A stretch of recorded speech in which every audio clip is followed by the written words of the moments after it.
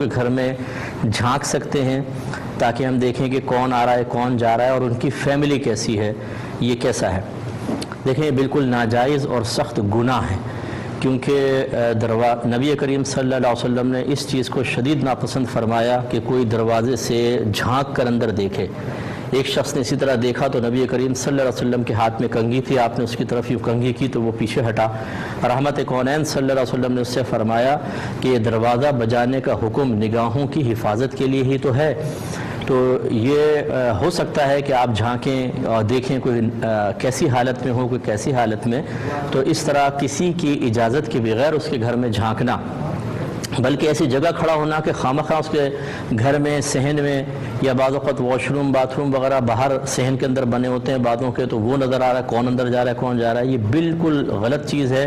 اللہ تعالیٰ کی بارگاہ میں توبہ کرنی چاہیے اور آئندہ اس فعل سے اجتناب کرنا لازم ہے۔ ایک یہ پوچھا تھا کہ کیا نیک مردہ کا دل بھی قبر میں شروع میں نہیں لگتا، پھر آہستہ آہستہ لگتا ہے؟ دیکھیں ایسا مسئلہ نہیں ہے۔ ہم لوگ موت کو بہت ہی زیادہ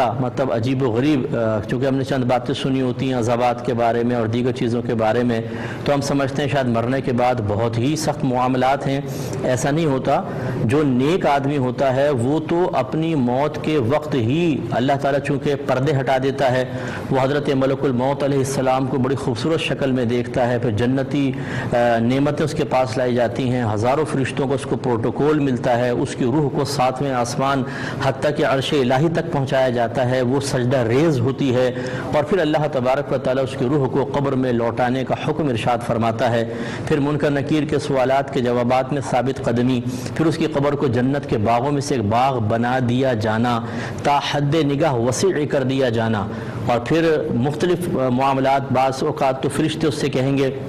کہ تم سو جاؤ، جیسے دلہن شادی کی پہلی رات سوتی ہے، تو وہ سو جائے گا، اور پھر جب قیامت قائم ہوگی تو اس وقت اس کی آنکھ کھلے گی، وہ آنکھیں ملتا ہوا اٹھے گا، اس کو اٹھایا جائے گا، جب تو وہ سمجھے گا کہ شاید ابھی تھوڑی دیر کے لیے میں سویا ہوں۔ اسی طرح کوئی شخص ایسا ہوگا کہ جس کا عمل اس کے سامنے ظاہر ہوگا، ایک انسانی شکل میں بڑا خوبصورت ہوگا، تو وہ پوچھے گا کہ تو کون ہے؟ وہ کہتا ہے کہ تو مجھے نہیں پہچانتا، میں تیرا عمل ہوں، اب قیامت تک میں تیرے ساتھ رہوں گا۔ لہذا اچھی طرح یاد رکھیے کہ ایسا نہیں ہے کہ آپ کو قبر میں چھوڑ گئے اندھیری قبر میں اور چھوٹے سے اس میں آپ لیٹے ہوئے ہیں کہ یار اب کیا کریں، کچھ کرنے کو تو ہے ہی نہیں، اب یہاں پر نہ لیپ ٹاپ ہے، نہ گیمز ہیں، نہ کچھ ہیں، تھوڑی دیر سوچتے رہے آپ پھر بور ہو گئے۔ ایسا نہیں ہے بھائی جان، وہاں کی زندگی بہت ہی پیاری زندگی ہے، اور ایسی زندگی ہے کہ آپ کی روح بہت زیادہ آزاد ہو جائے گی، بلکہ اس دنیا کے اندر ہم مقید ہیں، آزادی تو اصل میں ملے گی آخرت میں، لیکن اسی شخص کے لیے کہ جو اس مختصر ترین زندگی کی قدر کرے، وہ اس میں نیک اعمال کرے۔ اگر فراڈ کرتے رہے، جھوٹ بولتے رہے، حرام کماتے رہے، نماز قضا کرتے رہے، ماں باپ کی نافرمانی کرتے رہے، تو یہ دنیا پھر اس کے لیے آزادی کی جگہ ہے۔ مرنے کے بعد ہو سکتا ہے کہ اللہ تعالیٰ اس کو ایسی پابندی میں رکھے کہ پھر یہ نہیں ہے کہ کچھ عرصے بعد گناہ گار کا دل لگ جاتا ہے، دل لگنے کی تو بات ہی نہیں ہے، پھر جو عذابات ہوں گے وہ تو دل لگنے ہی نہیں دیں گے۔ اللہ تعالیٰ ہم سب کو اس سے محفوظ فرمائے۔ بسم اللہ الرحمن الرحیم۔ ایک انہوں نے کویسچن کیا تھا کہ کوئی والد صاحب تھے، غالباً سعودی عرب کا ذکر کیا تھا، وہاں ان کا انتقال ہوا، انہوں نے وصیت کی تھی کہ میں مر جاؤں تو میری لاش پاکستان میں لا کے دفنانا، لیکن بچوں نے وہیں دفنا دی۔ اب وہ پریشان ہیں کہ کہیں ایسا تو نہیں کہ ہم نے بے ادبی کر لی ہو اور والد صاحب تکلیف میں ہوں، اور اس کی ایک علامت ان کو محسوس ہوئی کہ ابھی تک خواب میں تشریف نہیں لائیں۔ پہلی بات تو یہ ہے کہ افضل اور اولیٰ یہ ہے کہ جہاں انسان کا انتقال ہو اسی علاقے میں دفنائیں، کیونکہ جلد دفنا لیں گے، غسل وغیرہ ہوا، کفن دفن اور دفنا دیا، یہ بیسٹ ہے، کیونکہ میت کو جتنا آپ سفر کروائیں گے، جتنا دفن میں دیر کریں گے، اتنے ہی اس کے لیے آزمائشیں ہوتی ہیں اور تکلیفیں آتی ہیں۔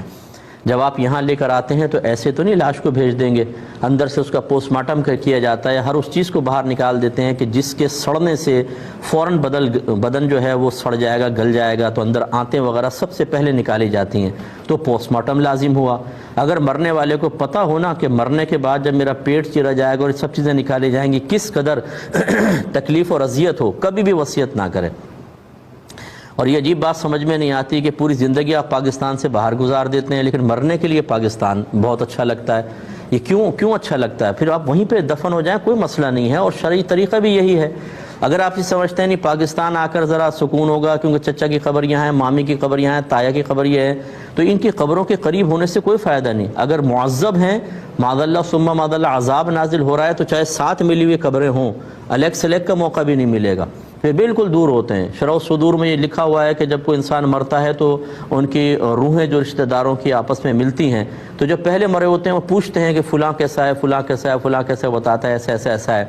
ایک کے بارے میں پوچھتے ہیں کہ فلاں کیسا ہے، وہ کہتا ہے وہ تو مجھ سے پہلے مر گیا، کہ یہاں نہیں پہنچا، وہ کہتے ہیں یہاں نہیں پہنچا، وہ کہتا ہے اچھا اس کا مطلب اس کو عذاب ہو رہا ہے۔ تو اس کے یہ تو مطلب یہ کہ یہ سوچنا کہ شاید وہاں جا کر ایسا ہوگا اور راحت مل جائے گی، ایسا نہیں ہے۔ کہیں پر بھی آپ ہوں آپ کی روحیں مل سکتی ہیں، اور کہیں سے بھی دعا کی جائے، ہزاروں میل دور ہوں دعائیں پہنچتی ہیں، اس کا فائدہ ہوتا ہے، برکت ہوتی ہے۔ بعضوں کو تو میں نے دیکھا ہے بالکل علاقے کے اندر قبرستان ہوتا ہے، نہیں جا پاتی، اولاد تک نہیں جا پاتی ہے، تو یہ کوئی ضروری نہیں ہے کہ آپ یہاں کی وصیت کریں۔ چنانچہ چونکہ اس وصیت میں کوئی شرعی طور پر اچھائی کا پہلو نہیں تھا، اس لیے کوئی گلٹ فیل کرنے کی ضرورت نہیں، بہتر تھا بلکہ وہاں دفنا دیا۔ دوسری بات یہ کہ یہ کہاں سے آپ نے قاعدہ قانون نکالا کہ اگر ماں باپ راضی ہوں تو خواب میں آئیں گے؟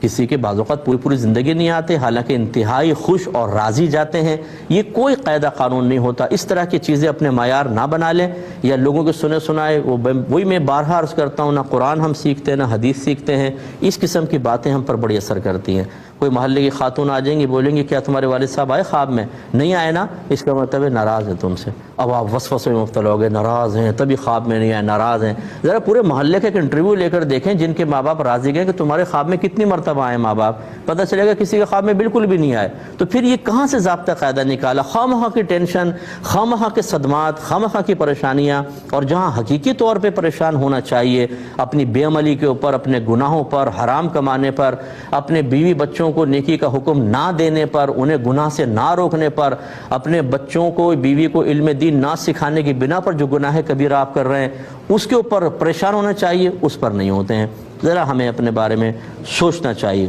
ایک بہن نے پوچھا ہے کہ اذان کے وقت یا ذکر الہی کرتے ہوئے کیا سر پہ دوپٹہ لینا لازم ہے؟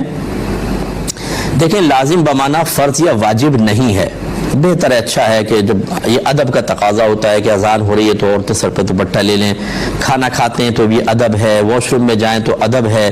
اور اگر فرض کر لیں کوئی بہن اذان کے وقت برہنہ سر رہتی ہیں، دوپٹہ نہیں اوڑھتی، اس میں گناہ کا کوئی تصور نہیں ہے۔ یاد رکھیں، بعض لوگ یہ کہتے ہیں کہ جی گھر میں بھی عورت اکیلی ہو تو دوپٹہ اوڑھ کر رکھے،